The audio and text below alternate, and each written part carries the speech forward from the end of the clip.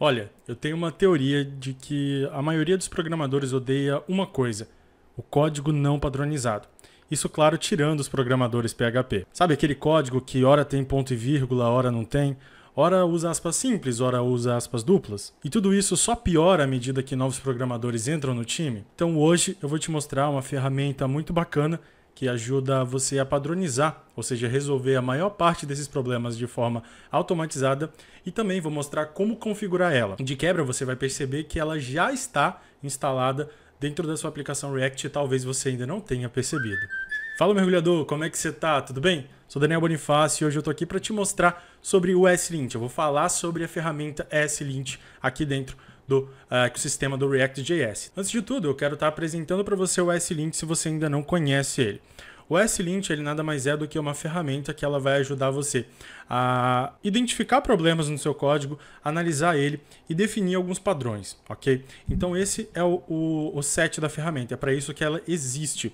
E o legal do ESLint é que ele pode ser utilizado em todo o ecossistema do JavaScript. O nome é ESLint, né, vem de ECMAScript Linter, que JavaScript e ECMAScript são basicamente a mesma coisa, né? Mas você pode estar utilizando ele tanto em projetos em React, quanto em projetos com Angular, tanto em projetos, exatamente, né, Angular também, porque Angular tem TypeScript, mas o ESLint funciona também dentro do TypeScript, ok?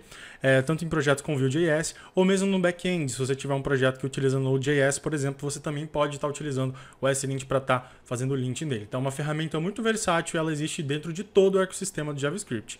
E dentro do React.js também a gente tem o ESLint, e mais legal ainda, a comunidade, né, criou um pacote que eu vou mostrar mais à frente, que ajuda a gente a padronizar melhor nosso código em React, né, o nosso código ali em JSX. Então aqui, basicamente, eu tenho um projeto, ok? Esse projeto está seguindo o boilerplate, que eu vou deixar o link aqui na descrição do vídeo. Só você fazer, você baixar o link, né? Eu vou deixar o link do repositório no Git. É só você baixar o zip dele e rodar na sua máquina, né? Executar um npm install ou yarn install. Aí dentro da sua máquina você vai ter basicamente a mesma tela que eu estou tendo aqui nesse momento. E a partir do momento que você executar o script yarn start, você vai ter basicamente essa tela aqui falando que nav is not defined, né? Trazendo para você um erro. E eu vou usar esse erro aqui, na verdade, como uma referência para mostrar como que o ESLint é útil também, não só para padronizar código, mas para prever alguns tipos de erro, beleza? Então falei muito, agora vamos botar um pouco de mão na massa sobre aqui o ESLint. Então para configurar o ESLint dentro do seu projeto, você precisa ter ele instalado globalmente na sua máquina. Então a gente vai instalar ele globalmente na nossa máquina. Então se você criou o seu projeto seguindo o CRA, né, aquela CLI do Create React App, na verdade você pode pular essa parte de configuração do ESLint, mas se você quer aprender a configurar o ESLint dentro de um projeto do zero, você também pode assistir aqui, tá? Então, para configurar o ESLint aqui dentro do meu projeto, eu preciso primeiro ter ele instalado globalmente. Então, para mim instalar alguma coisa no globalmente, eu vou abrir um terminal aqui, beleza?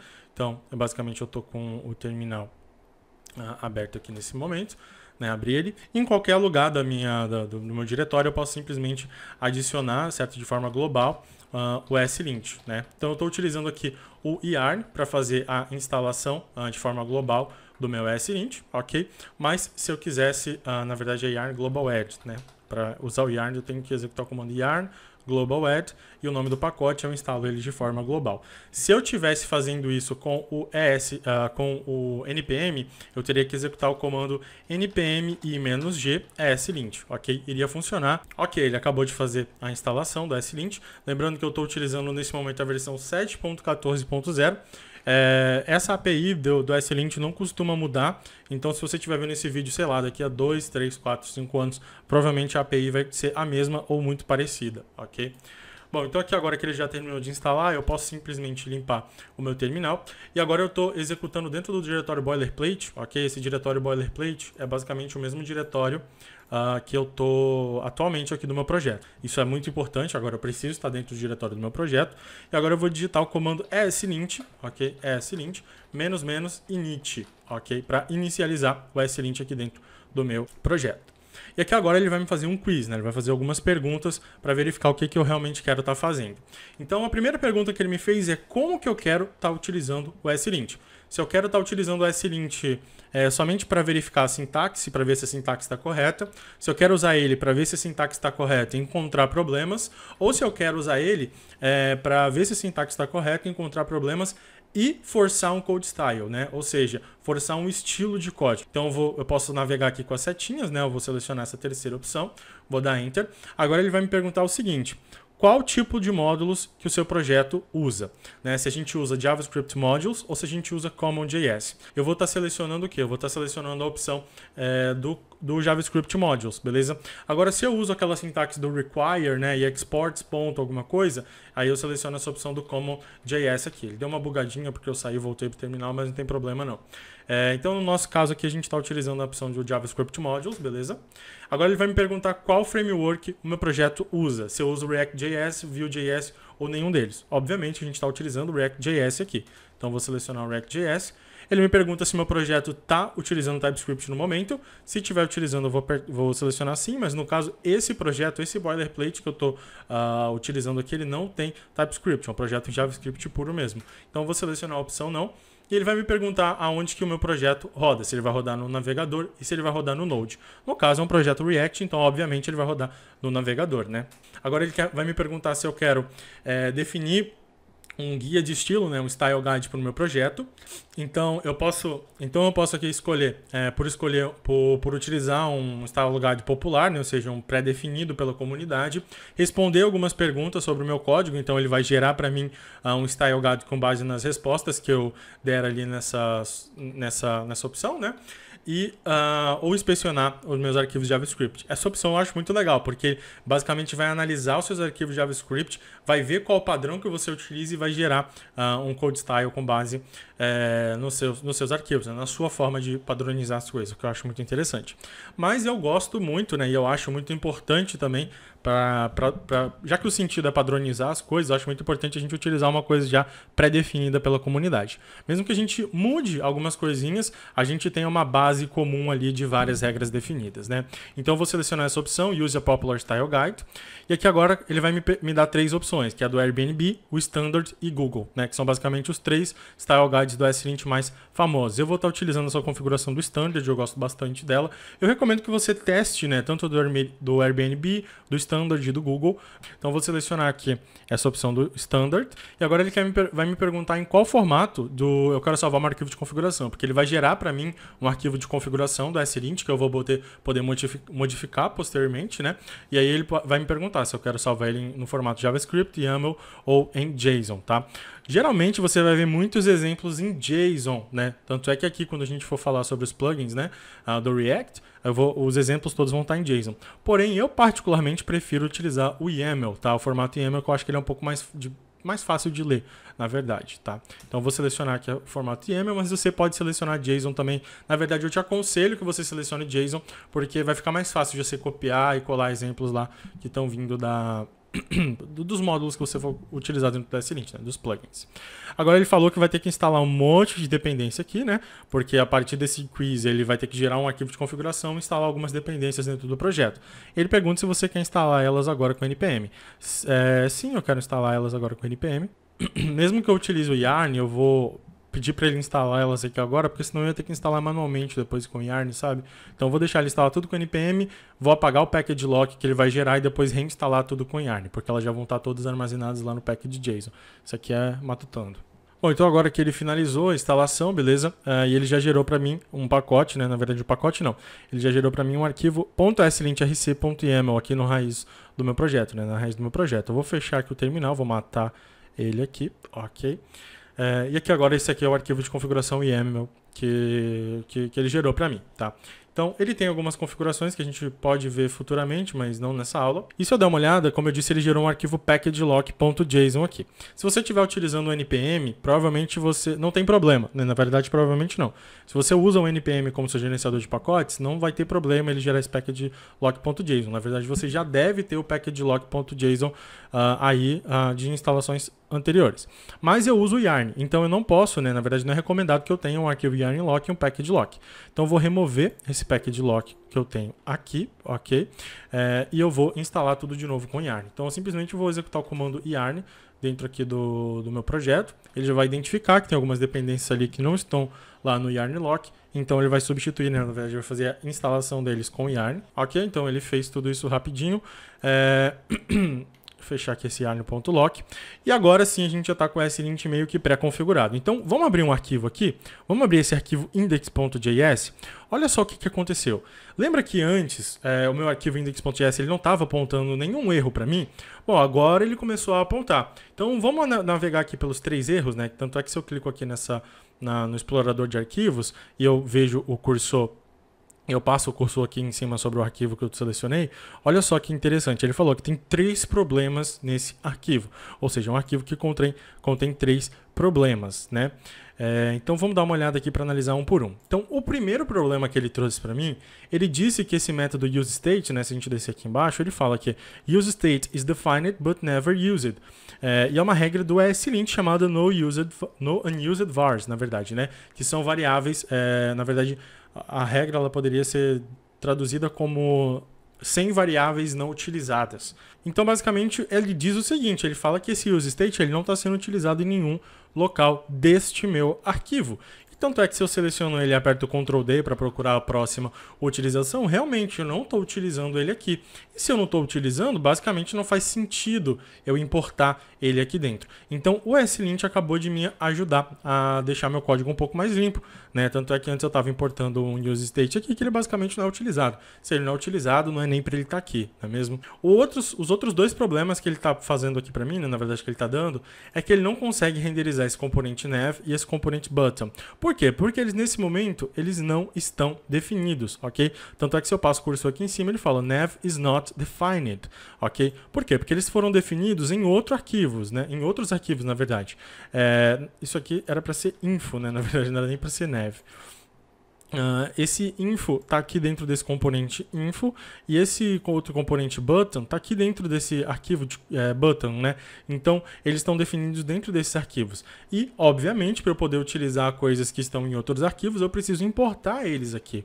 Então ele só vai parar de me dar esses erros, né, quando eu importar. Então eu preciso importar o meu componente info da onde? Do meu ponto barra components barra info.jsx, né? Então, o problema do info desapareceu e o meu componente botão é a mesma coisa, né? Ele só vai parar quando eu importar o meu button lá dos meus .components button.jsx. Show de bola. E agora ele resolveu o problema. Tanto é que se eu atualizar a minha aplicação aqui, olha só, ela parou de dar aquele erro, que estava dando, porque simplesmente ele resolveu todos os conflitos que tinha aqui dentro da aplicação, né? Então, na verdade, os erros que estavam impedindo a aplicação aqui de iniciar. Aí você deve estar falando, poxa, Daniel, legal, mas ele faz só isso? Não, na verdade, ele ajuda você a definir algumas coisas também dentro do seu código. Então, por exemplo, aqui, então vamos dizer que eu utilize, né, aqui dentro do meu projeto. Então, o meu projeto ele meio que já está um pouco padronizado. Mas vamos dizer que eu estivesse utilizando aqui aspas duplas, né, para fazer o import do meu React, né, e do useState aqui, e também estivesse utilizando ponto e vírgula. Olha só que interessante, a partir do momento que eu faço, né, que eu utilizo as aspas duplas e o ponto e vírgula, ele começou a me dar um erro aqui, né? E ele fala que strings must be single quotes, ou seja, ele falou que essa string ela precisa estar contida em quê? Em single quotes, né, que são aspas simples. E também se eu passo o cursor aqui em cima do ponto e vírgula, ele fala, ó, extra semicolon, ou seja, tem um ponto e vírgula sobrando aqui.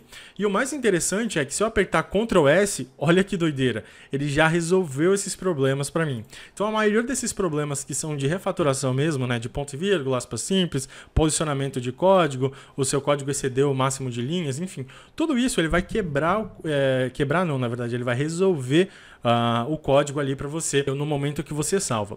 E aí você pode estar falando, legal, Daniel, eu estou vendo funcionar aí no seu computador, né, na sua máquina, no vídeo está funcionando, mas eu testei aqui na minha máquina e não está funcionando. Por que isso acontece? Porque a gente precisa habilitar aqui dentro do Visual Studio Code uma opção, ok? Então para isso a gente vai apertar, a gente vai segurar o comando aqui, né, Ctrl vírgula, para a gente abrir as settings aqui do Visual Studio Code. É importante que quando você vá nas configurações, esteja marcado nessa opção User aqui e não em Workspace. Ok? Você vai nessa opção de User aqui.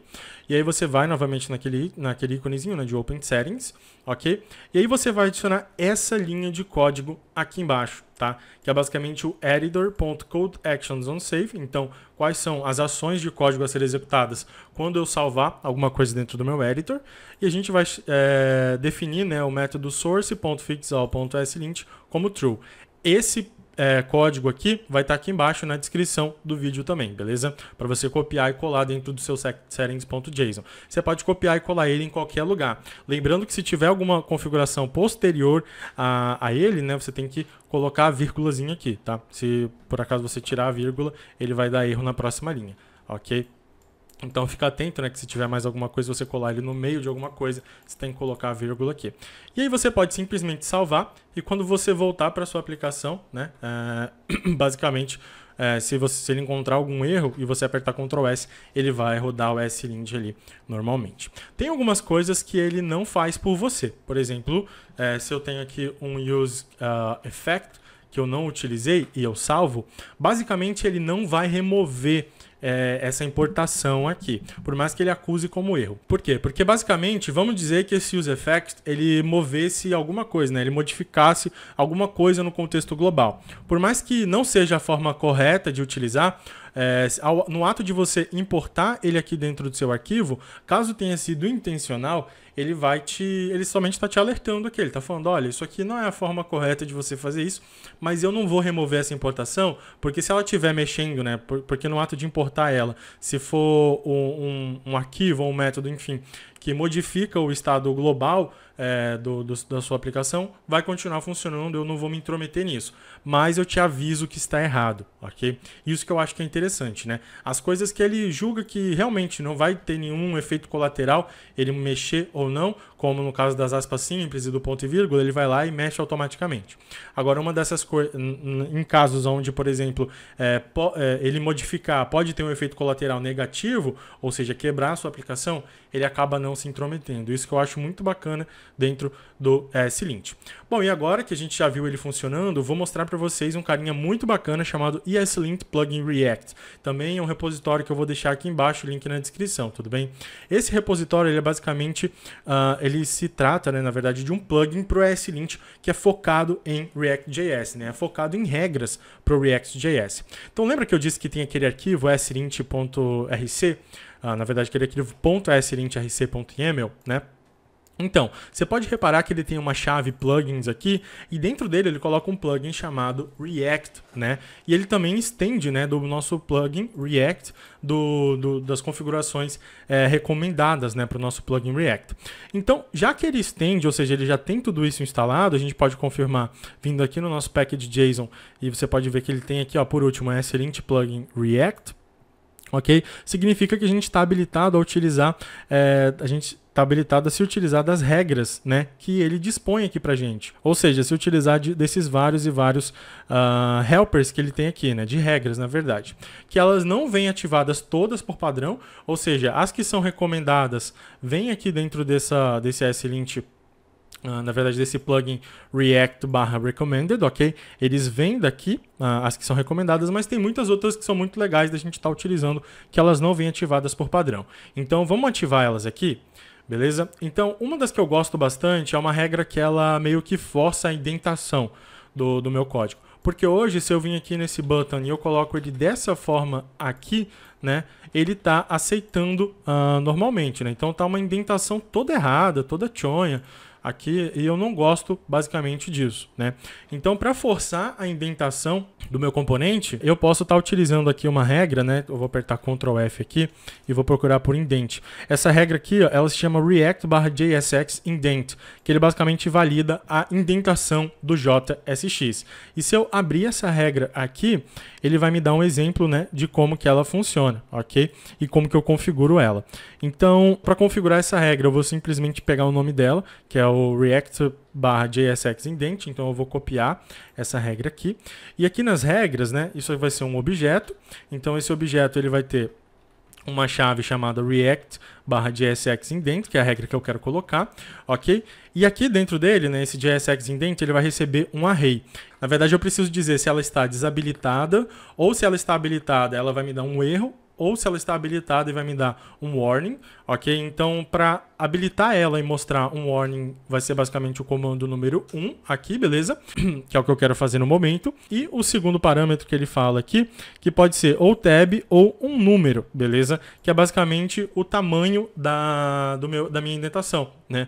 Aqui no caso eu estou indentando sempre utilizando 2 espaços, né? Então eu vou colocar aqui o número 2. Ou seja, eu quero que ele me mostre um warning toda vez que eu não indentar o meu componente com 2 espaços. E a partir do momento que eu salvo, olha só, o meu button.jsx ele já ficou aqui com amarelinho, ou seja, eu sei que tem um warning dentro dele. E olha aqui que legal, ele já falou, expected indentation of 4 space characters, but found 18.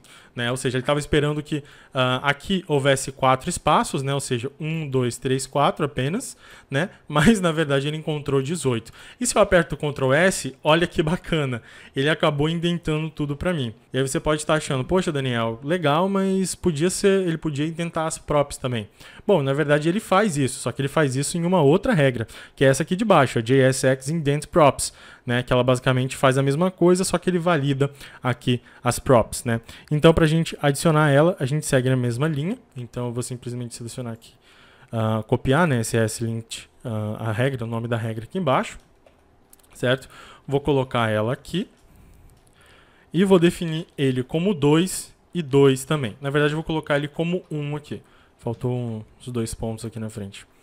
E aí eu vou salvar. E olha que legal. No momento em que eu salvei, o meu button novamente ficou amarelinho. E se eu venho aqui, olha só o que ele fala. Expected indentation of 6 space characters, but found 20. Ou seja, ele esperava que houvessem 6 espaços. Então ela deveria, na verdade, começar aqui, né? Mas ele encontrou 20. E aqui embaixo, provavelmente, ele encontrou 18. Exatamente. E a partir do momento que eu aperto o Ctrl S, ele sim resolve.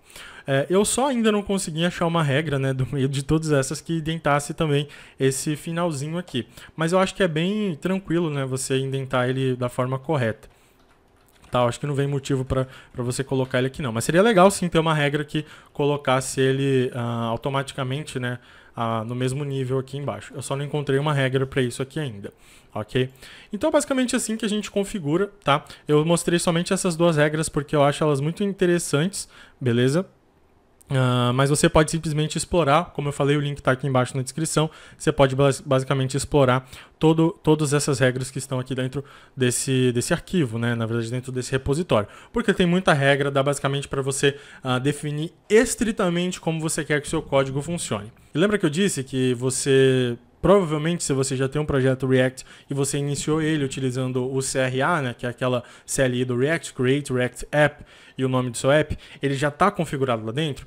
Então eu vou abrir aqui um arquivo, na verdade um arquivo não, vou abrir aqui um projeto que ele foi iniciado com aquele Create React App, ok? E eu vou mostrar para você aonde que fica essa regra, né? Aonde que essas regras do slint elas ficam, porque basicamente você pode reparar que não existe um arquivo de slint config aqui dentro desse projeto, né? Esse aqui é um projeto que foi sim iniciado com o CRA, beleza? Então se você dá uma olhada aqui no arquivo package.json, você abaixo das dependências e abaixo aqui dos scripts, você vai ver que tem uma chave chamada ESLint config, que é basicamente a configuração do slint, exatamente. E aqui ele tem aquelas mesmas regras, né? Aquele mesmo formato que você tinha lá. Então ele tem o extend, né? Que faz o extend do React App. E aqui ele tem a chave roles dele aqui, beleza? Uma coisa que é um pouco peculiar de você fazer a configuração aqui dentro, né? Do slint config dentro do package JSON é que quando você quer sobrescrever alguma regra, você vai ter uma chave overrides e aí você vai dizer em quais tipos de arquivo, ou seja, qual o pattern dos arquivos na qual você quer sobrescrever, as regras que tem do ESLint, né, que já vem por padrão aqui no React App, né, que ele já estende por padrão, e aí você passa essas regras aqui dentro, beleza? Então você pode passar todas aqui dentro do override, tá? Para sobrescrever, mas caso ela não tenha sido pré-configurada, né? Ou seja, caso ela não venha pré-configurada, como no caso desses dois carinhas, né? Do plugin do... Como é que é o nome deles? No caso do JSX Indent e do Indent Props, como eles não são pré-configurados já pelo React App, você pode simplesmente colocar eles aqui dentro de roles, né? Um caso muito específico para você fazer o override é você desabilitar a regra Exhaustive Depths, né, que está lá dentro do SLint. Porque se você não desabilita essa regra, né, se você deixa ela te dando um aviso ou te dando um erro, basicamente, então se você não desabilita explicitamente aquela regra, olha só, o SLint vai começar a te dar um erro, né, falando que você tem que usar as dependências que ele julga necessário para está ali dentro. E eu basicamente não gosto dessa regra, tanto é que no curso Ignição React eu mostro como desabilitar ela, porque basicamente essa regra ela é muito intrusiva. Eu não gosto de uma coisa muito intrusiva. Ela faz com que eu tenha que modificar muito a lógica do meu código para ficar satisfatório para ela. E a justificativa que eles dão para isso basicamente não é válida para mim. Eu não acho uma justificativa válida para eu ter que modificar muito meu código para seguir somente um padrão ali que não é tão lógico assim, não é um padrão muito lógico. Então, quando é um caso desse, né, na qual a gente quer desabilitar uma coisa dessas, a gente pode vir aqui no Overrides e desabilitar. Na verdade, essa é a única regra que eu precisei fazer override até então que eu me lembre, ok? Dentro de um projeto. Show de bola. Então, mergulhador, é isso. Basicamente, tudo que eu mostrei, né, naquele YAML pode ser utilizado aqui também, tá? E vice-versa, né? Tudo que está aqui também pode ser utilizado naquele YAML. Você, nesse vídeo, viu como configurar o SLint do zero. Você viu duas regras muito bacanas do SLint. Eu te mostrei um repositório cheio de regras para você poder configurar os seus arquivos React, né? Na verdade, sua padronização de código React. E, bom, se você chegou até aqui, é porque você realmente quer aprender React.js. E se você quer aprender React.js, né, quer sair do nível 0 ao nível intermediário em React.js, aqui na Algaworks a gente tem um curso chamado Ignição React. Esse curso vai levar você, como eu disse, do 0 ao nível intermediário. A gente mostra para você quais são todos os fundamentos de React, você cria diversos componentes, você cria componentes avançados, enfim, dos mais básicos aos avançados, o que é muito legal. O link para o Ignição React vai ser o primeiro link aqui na descrição, tá? Então aqui na descrição vai ter um primeiro link que você acessa e aí você pode estar adquirindo esse curso que vai ser muito interessante para você e para sua carreira. Bom, mergulhador, espero que você tenha gostado desse vídeo, eu fiz ele com muito carinho para você e vejo você no próximo.